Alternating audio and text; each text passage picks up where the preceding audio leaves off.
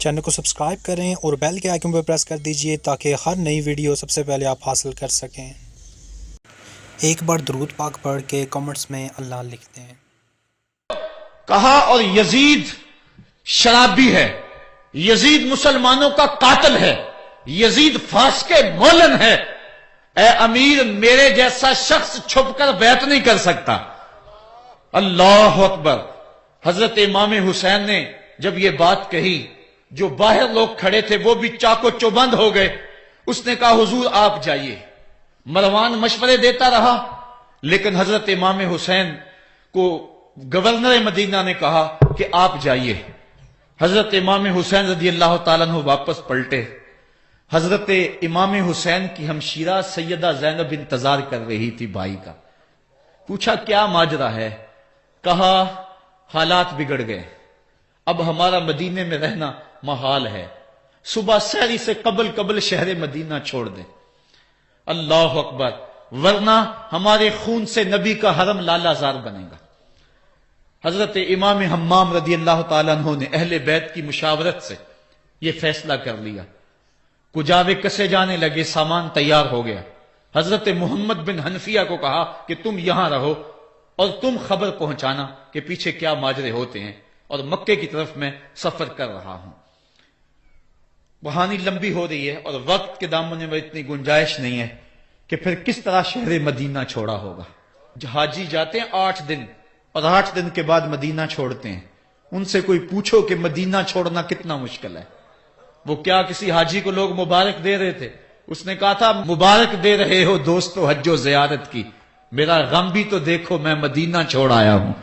جو 8 دن مدینہ رہتا ہے اس سے مدینہ چھوڑا نہیں جاتا جس کی ولادت مدینے میں ہوئی۔ جو کھیلتا تھا تو مدینے کی گلیوں میں، جس کے گھر کا دروازہ مسجد نبوی میں کھلتا تھا، اس حسین کو مدینہ چھوڑنا قیامت ہوگی۔ شہر مدینہ چھوڑا۔ حضرت امام حسین رضی اللہ تعالیٰ عنہ مکہ المکرمہ پہنچے۔ وہاں رمضان گزرا، حالات وہاں بھی بگڑتے گئے۔ مسلسل خط آتے رہے کوفے سے۔ کہانی طویل ہے۔ 8 ذو الحج کو حضرت امام حسین رضی اللہ تعالی عنہ کوفے کی طرف عازم سفر ہوئے۔ حضرت عبداللہ ابن عمر، عبداللہ ابن عباس رضی اللہ تعالی عنہما اور دیگر صحابی ہاتھ جوڑ کے کھڑے ہو گئے، بلکہ حضرت عبداللہ ابن عباس نے تو یہاں تک کہہ دیا کہ میں دیکھ رہا ہوں کہ وہاں تمہیں شہید کیا جائے گا، آپ اگر ضرور جاتے ہیں تو ان بچوں کو چھوڑ دیں۔ حضرت امام حسین فرماتے میرے غم گسارو، میرے پیارو، مجھ کو نہ روکو، مجھ کو جانے دو، مجھے نانے کے دی کی ڈوبتی کشتی بچانے دو۔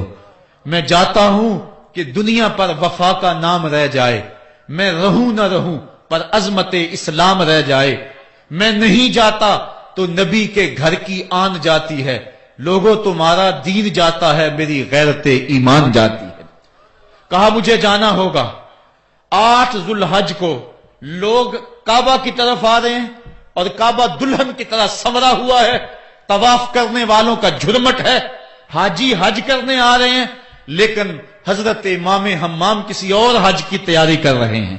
کسی نے کہا حج تو کر جائیں، اتنی مرتبہ مدینے سے پیدل چل کے آئے اور آج تو مکہ المکرمہ میں موجود ہے۔ کہا پیچھے ہٹو، جو حج میں کرنے جا رہا ہوں وہ انوکھا ہوگا، وہ نرالا ہوگا۔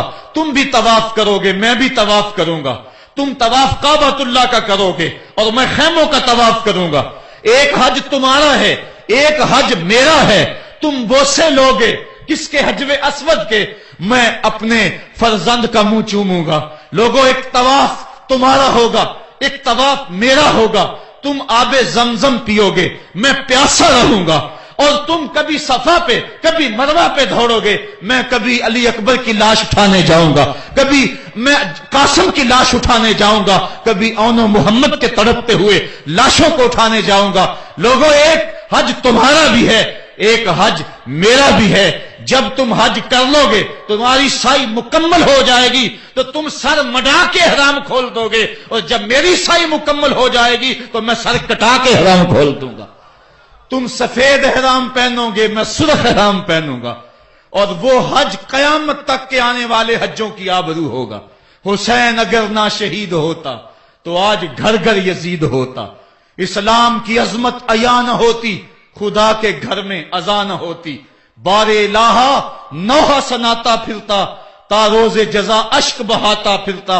امداد نہ کرتے اگر کربلا میں حسین، اسلام تیرا ٹھوکریں کھاتا پھرتا۔ کربلا کی تپتی ہوئی ریگزار میں حضرت امام حسین نے جبر و ظلم کے خلاف جس قوت سے کھڑے ہو کر عظیمت کی داستان رقم کی۔ 10 محرم کا دن تھا، جمعے کا یوم سعید تھا، بیچ کربلا کے میدان میں دوپہر کے وقت جب نبی کا خاندان اجڑ رہا تھا، ایک ایک کلی اس چمن کی کٹ رہی تھی۔ 72 افراد 22,000 کے لشکر جرار کے مقابلے میں کھڑے تھے۔ وہ یزید جس نے اس کے علاوہ بھی بڑے جرم کیے، جس نے جو ہے وہ 1700 صحابہ کو مکہ المکرمہ میں شہید کیا، جس نے 700 حفاظ کرام کو شہید کیا، جس نے حضرت ابو سعید خضری کی داڑھی نوچ لی، جس نے مدینے کے اندر مسجد نبوی کے اندر گھوڑے باندھے، جس نے جو ہے وہ 3 دن تک مسجد نبوی کے اندر اذان نہ ہونے دی، وہ یزید آج کربلا کے تپتے ہوئے ریگزار کے اندر آل رسول کے ساتھ ظلم کی وہ داستان رقم کر رہا تھا کہ قیامت تک آنسو سسکیاں نہیں تھمنے پائیں گی۔